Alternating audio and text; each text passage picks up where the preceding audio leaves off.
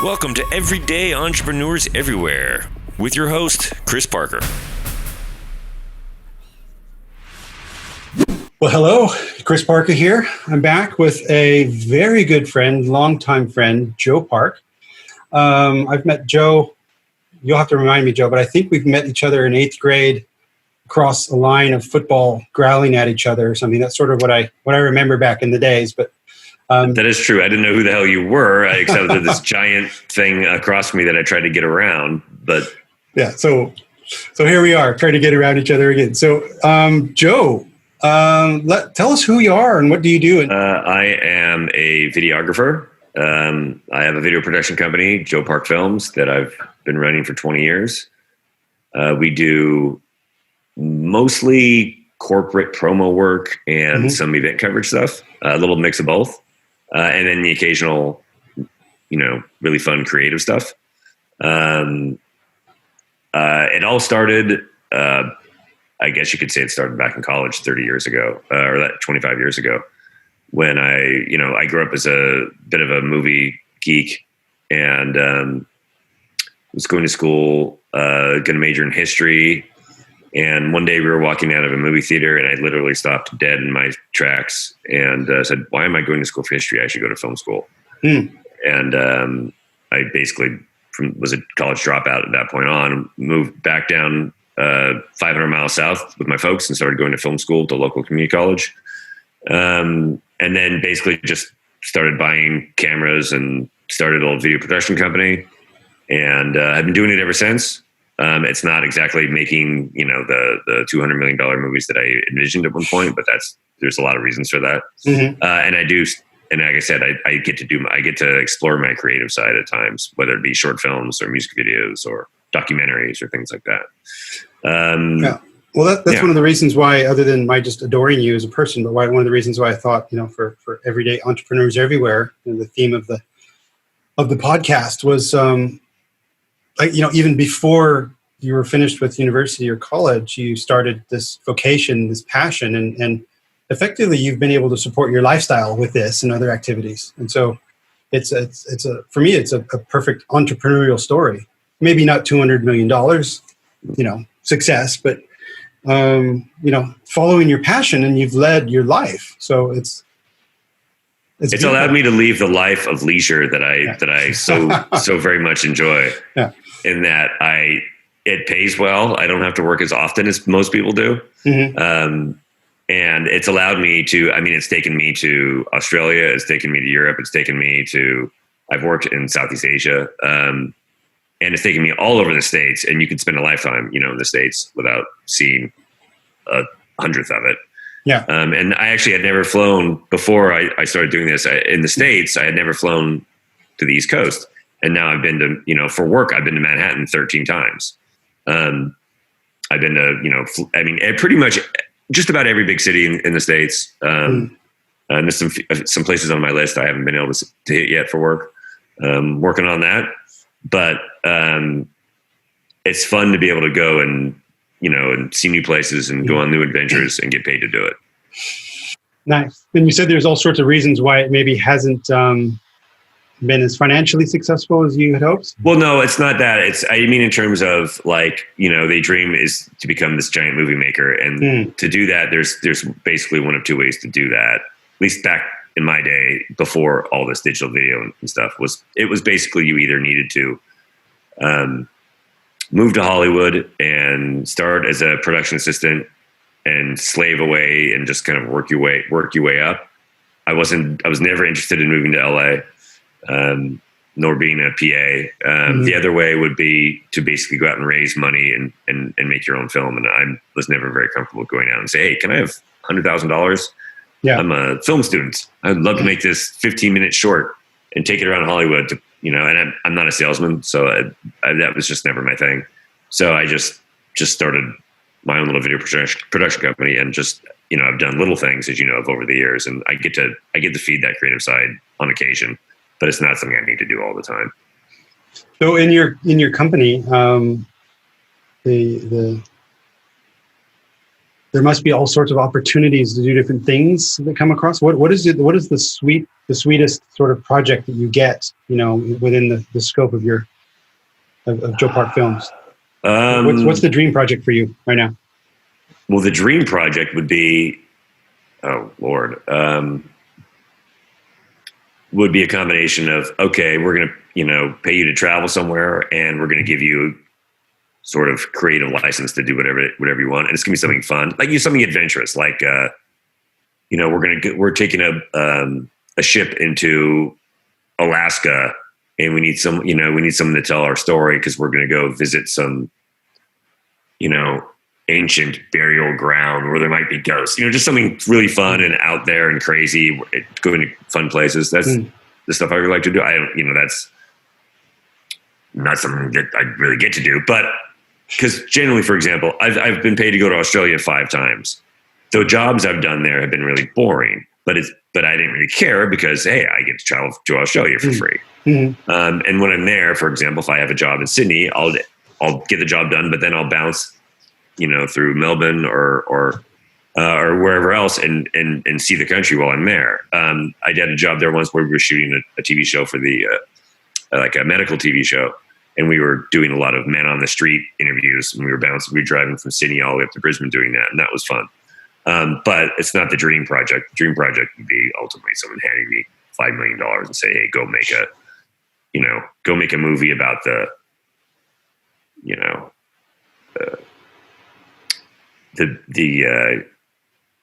about sailing the Caribbean or something, someplace really exotic with a white sand beach. Cocktail. They've already made that. Exactly. That would be a better dream. Do you have a dream script in your head already? Do you have the concept of what I've written about 20 pages of about 6 or 7 different feature-length movies, and then gotten bored with them and stopped. Yeah. That's always in my head. That eventually we'll get there on one of those. Because now, I have the means of which to do it with the gear that I own. Yeah. And do it at a high level and make it look really good.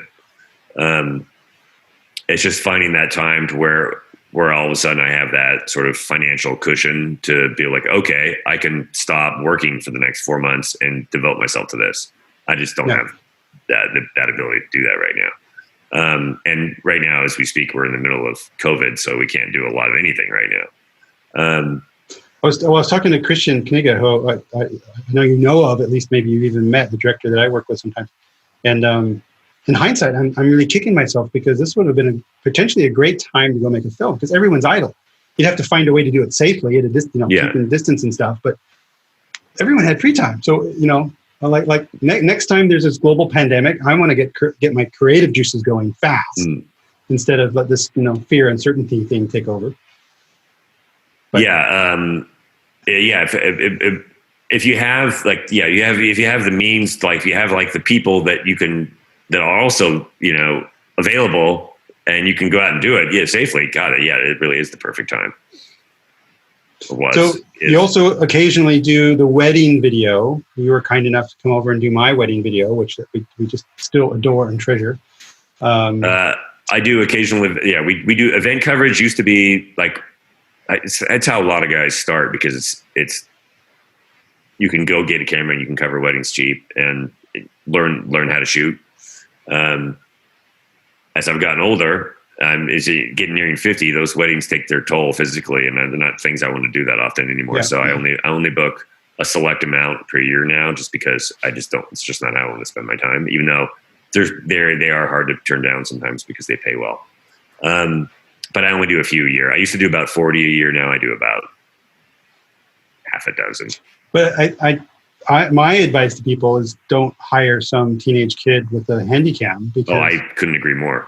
Because what I appreciate about what you were doing is you actually, talked to us in advance and understood the flow of the day and try to figure out what the experience was we wanted to capture. And then you had the foresight to capture all this B-roll that you were able to, put it in there to actually stitch together, basically a work of art.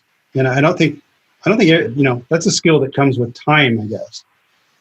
It's basically you're basically just shooting a documentary of the day. I mean, yeah. It's storytelling. it takes to be able to do it right. It does take experience, and I would give people the same advice. If you don't have any money, fine, hire your cousin, whatever. But if you can afford it, to hire someone with experience whose work you've seen, and don't get me started. I can go on for I've got you started a week about what people should do about hiring a wedding videographer. What are the three main points if you're going to hire a wedding videographer or an event videographer, essentially, because it's essentially an event? What are the three main pieces of advice? Obviously, you have to look at their work and see that their work is good. Yeah. Secondly, I would say you want to talk to and hire the person who's going to be there. You don't want to hire a company and then they'll say, hey, well, we'll send someone over there. What does that mean? Yeah. Or don't worry, I'll send one of my top guys. Well, what does that mean? Yeah. I want to talk to the person who's going to be there, specifically if it's going to be a wedding, because you're inserting yourself into the biggest day of their life. I mean, you're going to be there standing next to them or near them more often than most of their family will be that day. Yeah. So it's important that you have not only good filmmaking skills, but that you're personable and that you get along with them, and not even just get along, but you have chemistry. I think it's important because you have to have, you want to make it fun for them. Like, I think one of my biggest things is when I show up is I want to make their day more fun, not less fun. When I show up with a camera, I don't want them to think, oh God, here's the cameraman. Now I'm nervous or I'm anxious. Instead, I want to be, oh sweet, there's Joe. Hey Joe, come on in. There's my buddy. And then so I tell a lot of silly jokes. I get to know them beforehand if I can. If they're local, that we meet up. I not only at my studio, but I usually try to do some sort of like happy hour meetup beforehand, so we get to know each other a little bit. If that's not possible, we'll do something like what you and I are doing right now. Yeah. Because in California, we have a lot of people who come in for weddings from out of town, out of state, especially San Diego. It's a real wedding destination. Yeah. The entire state of Arizona moves to San Diego in the summertime, it seems like. Because right now in Phoenix, Arizona, it's probably about 112 degrees Fahrenheit for you people. Celsius, what's that about? That's about 31, right? Yeah, well, it's more, I think. 34? Yeah. Okay. But I think, so I guess that was three things, right? Like skills, you hire the right person, and that they're personable and you have chemistry. I imagine, in my world of corporate technology, that also applies. So I think if you're hiring any expert, and if people are hiring you for corporate jobs, I'm assuming it's the same way. Because do you have the skill? Can you connect? Can you tell the story? Can you because for me, this that you've been involved in way more film than I ever will be, but it is an artistic thing, and there is stress and there's human emotion going on. So to know you're able to click and the person is an expert and have trust in that person, I think is huge. And that goes with any consulting expert type thing, I guess. Yeah, and in my work in particular, when I do corporate work, most of my corporate work is documentary style, sit down interview, promo work. So, and when I do it, I don't bring a producer. I'm the producer. So not only do I have to run the camera, but I have to run the interview. So, there's an art form to be able to get, if you know this is the topic that's being discussed, this is what they're trying to promote, what they're trying to sell. You have to learn that ahead of time so you can ask the right questions. Yeah. And then get the right answers out of them, because some people you can say, okay, tell me about your product, and they will just go and they'll yabber on forever and they're great, but maybe they're too long-winded, and you just want a really good 30-second soundbite for their promo, not 10 minutes about every little detail about the product. So you have to know how to get you have to know how to get those answers. So having those skills as a producer and an interviewer are very important in what I do. Because that's the majority of the work that I do, frankly, actually. And that's all the human work. That's all interacting, and it almost sounds a bit more directorial as well. Teasing out the best performance out of these people. Yeah, it is. I mean, that's what it really is. It's a performance. You're trying to get them to mostly just to relax and give you good answers. Because it'll work better ultimately for their end product, but it's not always easy. I shot one in Memphis about 10 years ago with a guy who was the president of not the United States, but the National Association of Cosmetic Dentistry, basically, meaning He was the president of the entire country for cosmetic dentists. It's a big deal. He goes all around the country speaking, and he couldn't speak on camera. We couldn't get answers out of him. I'm like, are you nervous? And he's like, no, I'm not nervous at all. I just can't do it on camera. And it took 6 hours to get 3 minutes of usable video from him. Well, I don't know. You must be good at teasing people into a performance and a comfortable performance, because I know when I first started trying to make videos for Ebullience with Christian's help, God, it was painfully bad, even worse than it is right now. It was artificial. I was talking weird. It just something, you know. So he even advised that it was so bad that I should be running off of a script with a teleprompter, which I played with a little bit. But then I just started making films, and, you know, of myself, little sound bites and stuff. Yeah. And slowly they got less and less and less horrible. And so it's almost every day that you know I tweak and play with a little bit. So Mr. Park with Joe Park Film Enterprises. How do you win business? What's your sales process look like? Because I don't have a sales presence. I'm literally 100% referral based. Okay. So that is a process. That is perhaps the strongest process. But so how do you get new business coming in? Sales make me very uncomfortable, frankly. If someone calls me and says, "Hey, I need this," or "I'm interested in this," or I have a conversation with someone in a bar or a restaurant that they just happen to describe, "Hey, I'm thinking about doing a video," or something like that, then I'm good at selling it, because I just tell them what I do and how I do it. Yeah. I'm very comfortable with that. I'm not comfortable with searching for new business and like trying to reach out. Like, I'm not a cold caller or that kind of stuff. I'm not the kind of guy that's comfortable having like a team of people like out there working for me shooting video. I like to do the work myself. Otherwise, I just get too stressed out about it. That's just the way I am. I like being a one man band. And fortunately, there's always just been work there, just from one person to the other. I found that my best sales person is just my work. Yeah. And myself. If I do good work and I treat people with respect and I make the situations that we find ourselves in these videos, you know, the sets and whatnot, if I make them fun and loose, then people enjoy working with me, then they will pass my name on to the next person. And that has worked wonders for me in terms of sales. That's just the way it's always been. Is there anywhere you wouldn't travel to for work? No, I don't think so. Yeah. I mean, I wouldn't be super excited about going to North Korea, but I would do it under the right circumstances. Yeah. I really don't think there'd be anywhere I wouldn't go. I think I might be, you know, I'm not one of those guys, for example, I would never be like a Deadliest Catch cameraman. If you've ever seen that show, or if anyone watching this has ever seen that show, it's about the Alaskan fishermen and the crab fishermen, and the cameramen. I mean, they're up 20 hours a day on a ship that's going like this 24/7. I mean, I wouldn't do stuff like that. That would be just miserable. I wouldn't put myself in these really, really extreme circumstances where you're physically miserable, because I'm just too old for that kind of work now. But otherwise, no, I would go anywhere. At least I can't think of any place I wouldn't go. Yeah, cool. And how?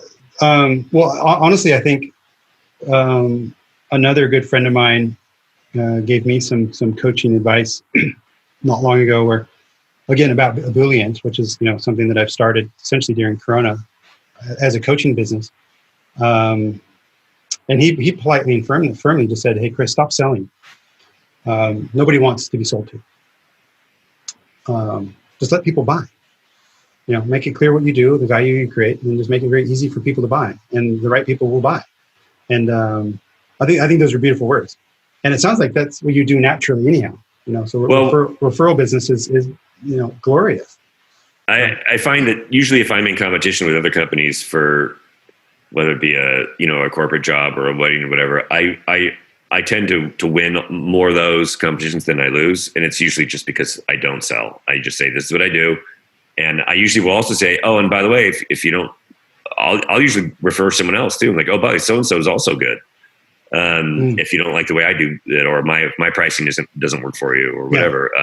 And people sometimes kind of are a little, what? Yeah. Why are you referring to someone else? I'm like, well, I mean, I'm comfortable. I know I do a good job. I don't need to sell you on that. And if you don't pick me, that's fine, because someone else will. So I'm perfectly happy with referring to others too. And I find that actually, since I've started doing that, it tends to allow me to get actually more sales than less by referring to others, because people then realize, oh, he really is not trying to sell me here. He's just. Well, in some of the communities that I'm in, we call this the scarcity mindset versus the abundance mindset. And it sounds like you just naturally have this abundance mindset. I mean, there is work out there, and you don't have to be, asshole-ish or dickish in order to win the deal, because, oh my God, there's no more deals left.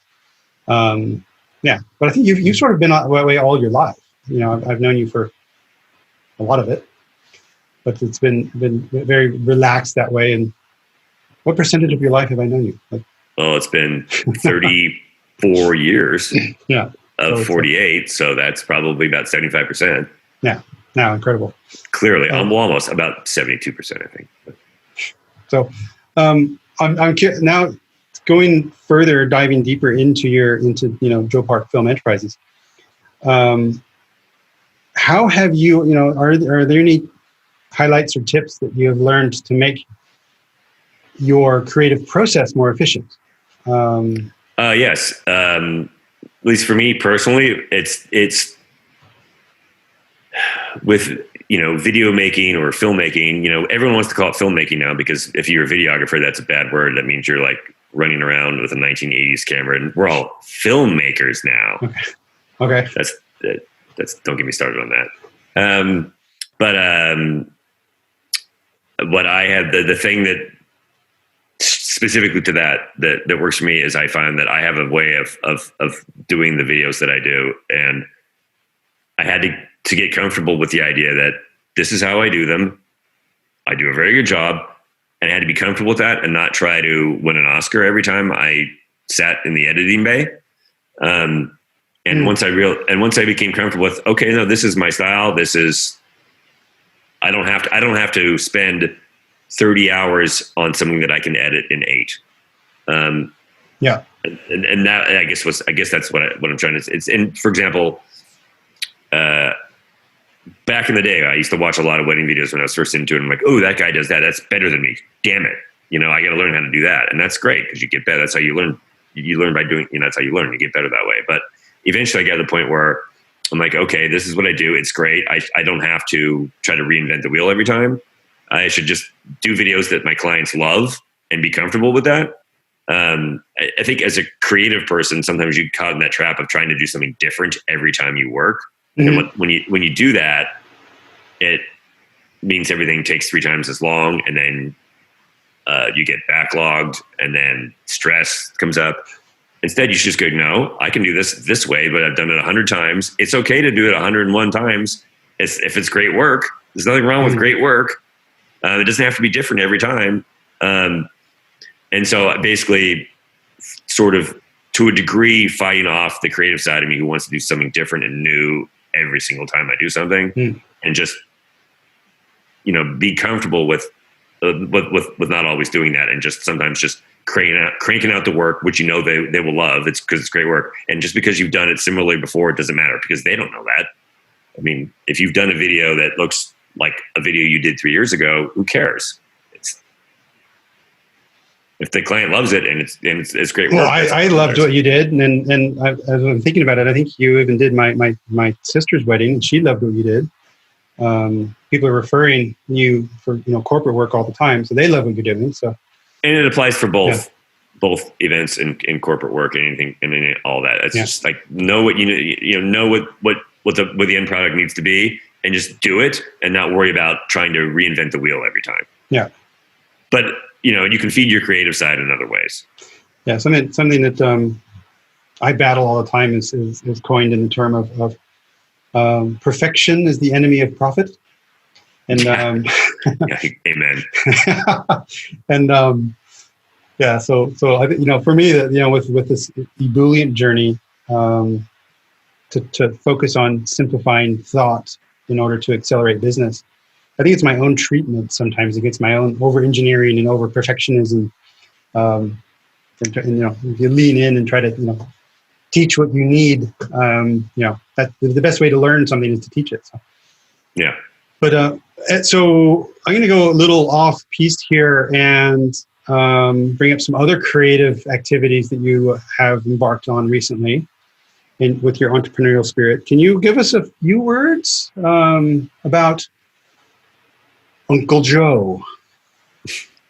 I love to cook. I've loved to cook for a long time. And with Uncle Joe's Taco Club. Uncle Joe's Taco Club. UncleJoe'sTacoClub.com. And for years, people have been trying to get me to do like an internet, and I've talked about it with friends, God, forever, my own cooking show. And like we discussed earlier, COVID has given certain opportunities to be creative because we're stuck in our houses. And so I said, well, now's probably the time to start doing that. And so I've started UncleJoe'sTacoClub.com. As of right now, it's just a blog with recipes. I have started shooting some of the videos, which will make up Uncle Joe's Taco Club, the TV show, which will be, of course, YouTube. They are not live yet, but I'm working on them. And so there you go. I'm just bringing it up for the people watching the video because to UncleJoe'sTacoClub.com because, my God, this is a tandoori chicken taco with pineapple mint salsa. I just, damn you, Joe. Yeah, the food's good. I wouldn't put it on there if it wasn't delicious. Oh my God. This is a blackened shrimp and bacon tacos. And all those pictures I've taken with my iPhone too, as a matter of fact. Yeah. So tell me the dream behind the Uncle Joe's Taco Club. And I'm still waiting for the merch. I want the swag, my brother. Well, I've got the logo now. So I've actually looked into it. I know how much it's going to cost me. Yeah. And I'm almost there in terms of what do you financials. Cost you to do what? To get you have to buy the merch before you can sell it. No, go to Spreadshirt or something. Well, I mean, I've got it worked out. Trust me. Okay. All right. American XXL, European 3XL, so American XXL. Okay, that's good to know. I want the the first press. Wait, what was the question? Uncle Joe's Taco Club. We've got 2 minutes. Tell me just more about it. Okay. Yeah. I thought there was another question for some reason. No. The show will be basically, there's a million cooking shows on YouTube. Everyone seemingly with a camera and a tripod and a kitchen has made one. The spin I would say that this will have is it'll be, it'll look and sound better than most because I have really high-end equipment. And I know how to use it.